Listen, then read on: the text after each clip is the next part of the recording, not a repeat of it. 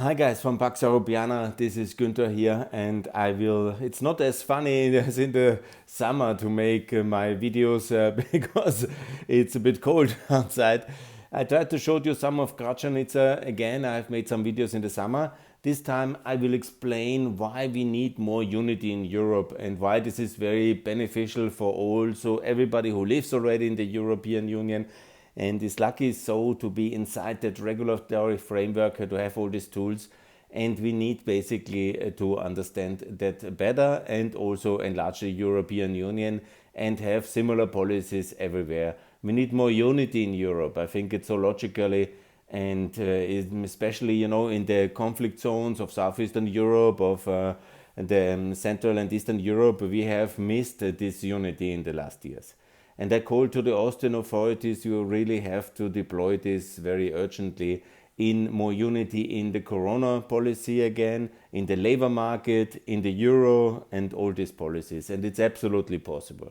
And none of the issues are unsolvable. I will be very concrete in this video, and so let's be very clear. What the Austrian government now needs to do is first of all, they will do the vaccination duty. That is very important. That's absolutely justified. But we have to ask all our partners inside the European Union, all the 11 countries who joined from 2004 to 2013, who are from ex-communist countries, they also have to impose vaccination duties in order to solve this corona crisis once and for all, together with clear measures, and that's very important. And the second point is that we all have to recognize, obviously, Kosovo. The Austrian government has to talk very seriously to all the non-recognizers in the EU, but also in Bosnia and Serbia, but also the countries the accession trio, Ukraine, Moldova, and Georgia, to recognize Kosovo, and also to get the euro in exchange, and also an open Austrian labor market. And this we can do basically they adopt the euro, recognize Kosovo, get then the EU perspective, and also join NATO. I think it's very logically, and I really cannot understand why we are not doing that. We have these working institutions, NATO, EU, the euro, and all the other European institutions, and they are performing. So we need to deploy these tools. Obviously, we need also to have lower taxes and more deregulation, liberalization, privatization, no doubt about it. But the key priorities now during this corona crisis, as well that we have a lot of other crises in the Middle East, and we have of course the threat from Russia, and this is the most important. Second time they're mobilizing the troops in 2021, threatening war against Ukraine in order to get something from the West. That's of course, the only way to counter that is with more unity. That's why I'm writing these articles where I explain very much. We need to be all in the euro.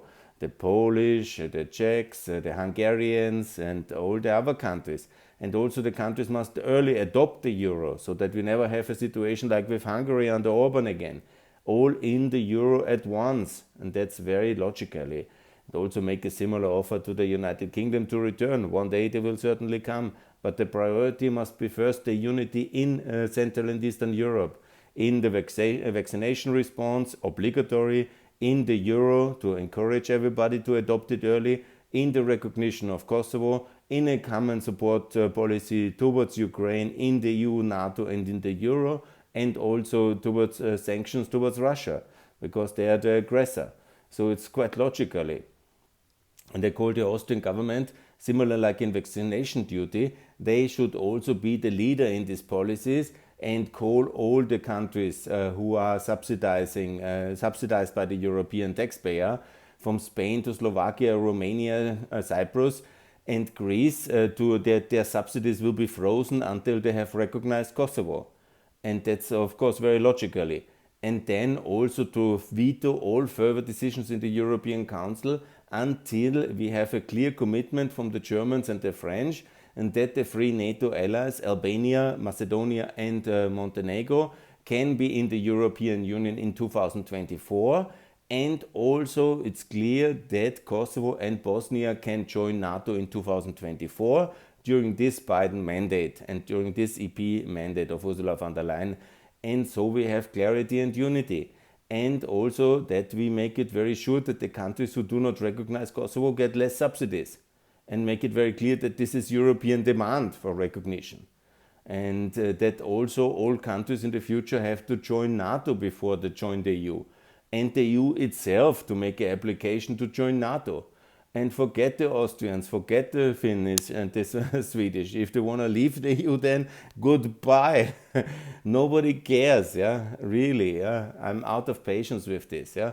So what we need to do is more unity between the big two integration systems, NATO in the defense, EU in the political, economical and currency field, and then to make also sure that our foreign policy is aligning very clearly. First of all, the Kosovo and the Ukraine issue, recognition of Kosovo by everybody who wants to be in the European Union, and also then following in line with the sanctions against Russia for the Ukraine war, that is especially for Serbia. Let me be very clear again, Serbia can in no way join the European Union with the present foreign policy. It must first adopt the euro, join NATO, recognize Kosovo, join the Ukraine sanctions. And then, of course, economically it's already advanced, yes, very good, very welcome. But foreign policy-wise, we cannot make any compromises on central issues in the political union. So it's quite logically. So if then Serbia blocks Bosnia via the Republika Srpska, then only Kosovo comes in NATO, and then Bosnia will be isolated as well, together with Serbia, as the only non-NATO, non-EU, non-Euro country. And let's see what is that. I don't think that the Bosnians will be very happy about it, and so the invitation should be. And if we really have the case, as it is at the moment, that Serbia is blocking the future of Bosnia in NATO and the EU and the Euro, then we have to freeze the candidate status of Serbia, cut all the funding, and be a bit stricter towards Serbia. That's very important, because they are now also threatening us militarily in Kosovo and Bosnia, because it's our Austrian soldiers who are defending Bosnia and Kosovo via KFOR and IFOR. Serbia is threatening them with war regularly, backed by Russia. That's like in the 19th century here, what? That's really very bad, yeah? And that cannot be the European Union today and NATO today. So we have to really make very clear policy answers. I've written this open letter, I think, very clearly and consistently that more unity can be demanded in a crisis. It's similar like vaccination duties. You can demand in a crisis clarity. And you have also to ask everybody, because, you know, when Austria has recognized Kosovo and Germany have done it and America have done it, it's to be asked from Slovakia. It's not that they can say, oh no, we have better insights in the situation. Mr. Lajčák basically has to resign. He's not the appropriate negotiator between Kosovo and Serbia. It's impossible. This ridiculous situation. Huh? And it's not that Serbia decides about the future of Kosovo. This is certainly not the case. Yeah? We have waged a war of liberation to help Kosovo independence and to end the genocide here. And it was very clear, we have recognized it. And now then comes Mr. Vučić and says this is not the case. I mean, certainly not it's impossible. So the situation is very clear. We don't join Serbia or Russia, but Serbia wants to join the European Union. And we are basically the same like NATO. And now van der Leyen and Stoltenberg, they are really working very well together. So it's very clear that we do these things in a consistent manner. Here comes NATO enlargement, like we have it already. 3 of them are already in: Albania, North Macedonia and Montenegro. They come now next in line. And hopefully, of course, it would be very smart if they adopt the euro before, to stamp out all this kind of anti-euro sentiment, and also make very clear that economically it is a clearer case. Yeah? Because, of course, they are still a relatively poor country, but they should be inside, of course, adopting the euro first step. Macedonia, Albania, all 3 countries then 2004 in. And if the French want to stop that, then we shall tell the French that we don't need them in the European Union. We can do the European Union also without the French. It's absolutely no problem. They can stay in the customs union, be associated, okay? We don't need this kind of... They can create us a lot of problems with the British and the Americans, and that is extremely dangerous for us in Central Europe, in Germany, Austria, and in Central Europe. Nobody wants such a policy. And we can perfectly fine live without French grandstanding in the European Union. It's absolutely no problem. Of course, it's not what I wish, and I have also many friends in France. Hello, don't get too angry with me. But let's be theoretically discussing the case. Of course, it's the task of the European Union to integrate all the 9 countries. That is to be very clear. Also Serbia, also of course Kosovo, and of course Bosnia, and of course Ukraine and Moldova and Georgia. But Serbia only in the context that they move away from China and Russia, because that's a kind of a bad joke, what their policy which they have done against us in the last years, and against Kosovo, against Bosnia, against Montenegro, and that's us. Yeah, basically, this is our policies. Kosovo and Bosnia are the result of European and Western power liberation, military intervention, and also of our state building efforts. So working against them is working against us, against Europe, against the West, against the free world, and that's what Mr. Vucic is doing. So I think I'm consistently clear. The need for more unity is seen with all the crises. We cannot solve the refugee crisis without a stronger external border protection. So we need a strong Frontex with military means as well. We need also to be sure that the EU Frontex has the control of the borders, Poland to Belarus, not of some kind of extreme nationalists in Poland who have taken power there and abuse this situation now to play themselves in some kind of populist frenzy at the border. I'm very much against peace Poland. I always was. Hungary working now with Russia. This is all very negative. That means that the power must be more transferred from the member states, which are obviously often incapable and incompetent and very corrupt, extremely corrupt in the case of Orban. Then we need to transfer the power to the European level. And here again, more unity, stronger supervision mechanisms, and a stronger FBI. This is absolutely necessary. And it's very logically. I think that's the conclusion of a European crisis decade. Since 2008, we are a little bit shaky. Of course, Russia and China feel emergent, and China less hostile towards the European Union. They have always been supportive. But Russia obviously extremely negative. And so we have to really focus on that one. And the answer is, of course, not a military confrontation with Russia. Man, that must be avoided. But not that we buy more energy from them, like the German way and the Austrian ways. That's also completely wrong. We need to make sure that we buy less energy from them, that we are more united. The answer is more unity. That means everybody in the euro, everybody recognizing Kosovo, less internal divisions, better sharing of responsibility and task, joint external border control, less borders inside the European Union, a common European labor market for all countries, including Ukraine, Georgia. See my articles about it. And also a very clear policy to adopt the euro first in Ukraine, Georgia, Moldova, and to offer it in Serbia for everybody who is recognizing Kosovo. Also then obviously EU candidate status for Ukraine, Moldova and Georgia, but also everybody who is recognizing Kosovo also to have the labor market opened first in Austria. And wonderful, that's not a Europeanized policy, so we can do it very easily in the labor market.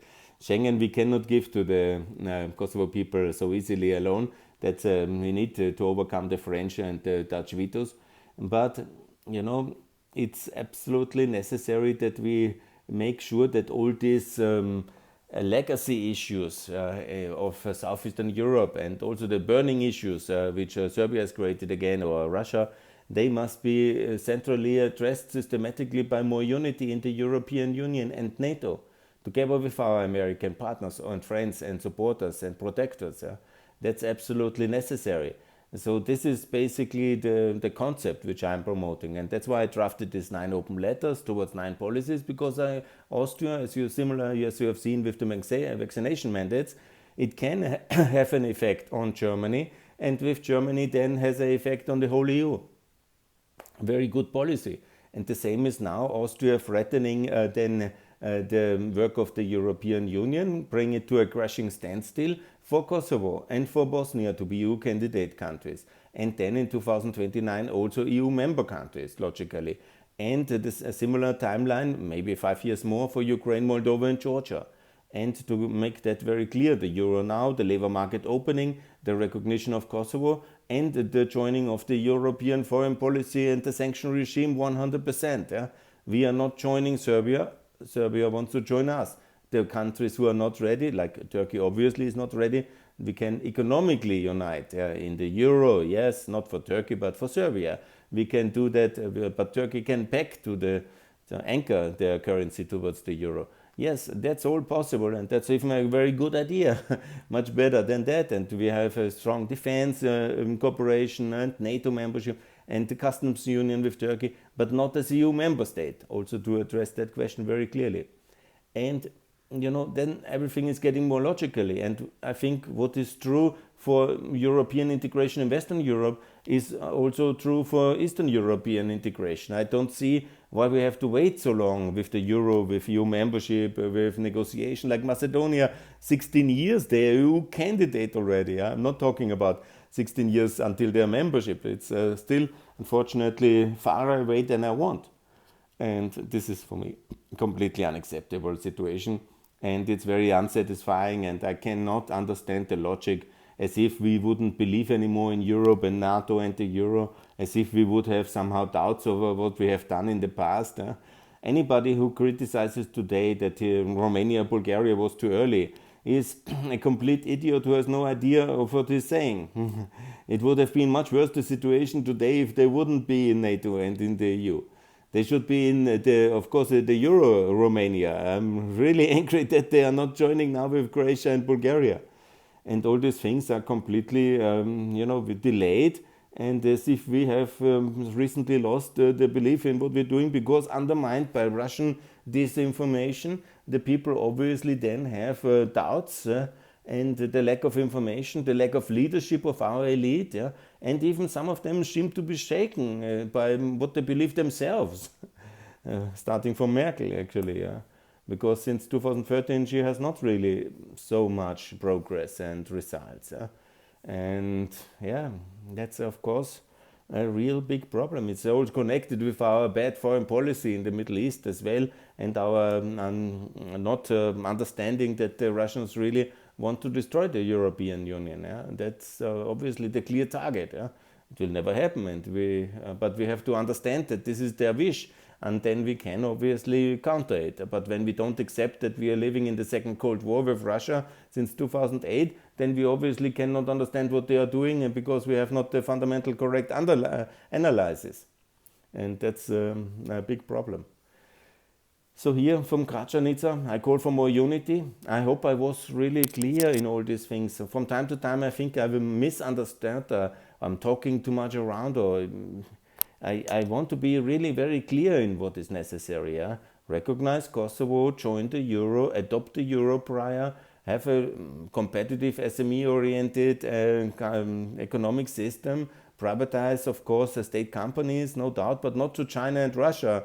If that's the only alternative, sell it to the European level, obviously. And then to have a customs union, to have a currency integration, customs integration, defense integration. I mean, it's quite logically. And we don't need a European army. We need a European border protection, which has the tools to get going, ships and airplanes, obviously, and also other means of protecting the border, yes, towards Russia.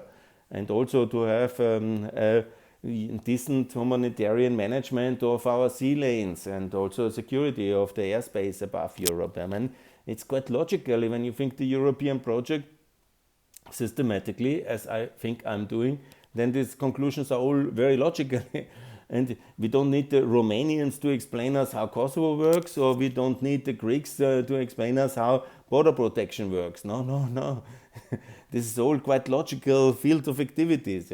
We just need to pool power and resources on the European level where it's necessary, and also give more power to the regions, and somehow limit the member states and their kind of confused policy making. That's what I say since 20 years. And Austria hopefully is now back to reason. I'm actually quite happy. They have now, of course, I'm very happy that the big populists are now gone in Central Europe. Kurz gone, Babi's gone, and hope Kaczynski and Orban will be out soon. And I'm a little bit softer than on Janscha because I know him, but okay, he has also fallen in bad company, and let's see how if he can recover. But nevertheless, the time of such populists is over. And that's very good so. I'm very happy about it.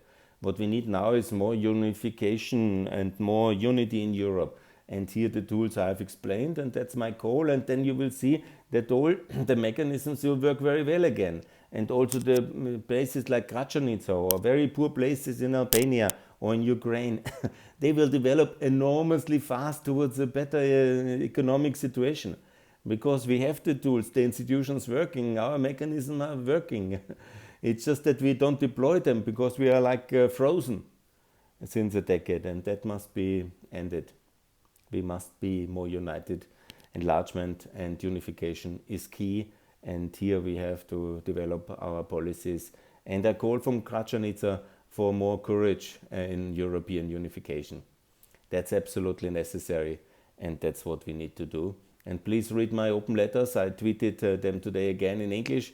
German, I have all of them already. I will now translate them and write work on them future and do all this publication work in order to achieve more unity in Europe. And I think that's what is very much important. And always I call, and I close this with calling for American support, because what we need, of course, is a strong American support for more European unification. That is how Europe has developed, and that's what we need also today. Thanks, America. All my European friends, it's time for more unity. Let's get it done. More to come from Pax Europiana. By the way, I've explained all of this on my podcast in 340 episodes, and also here I have over 200 videos online, and also my articles, my tweets, 93,000 tweets in the last 2 years, and it's really time to get some progress here. Okay? For 2022, more success, more prosperity, and also more welfare for the people. Bye.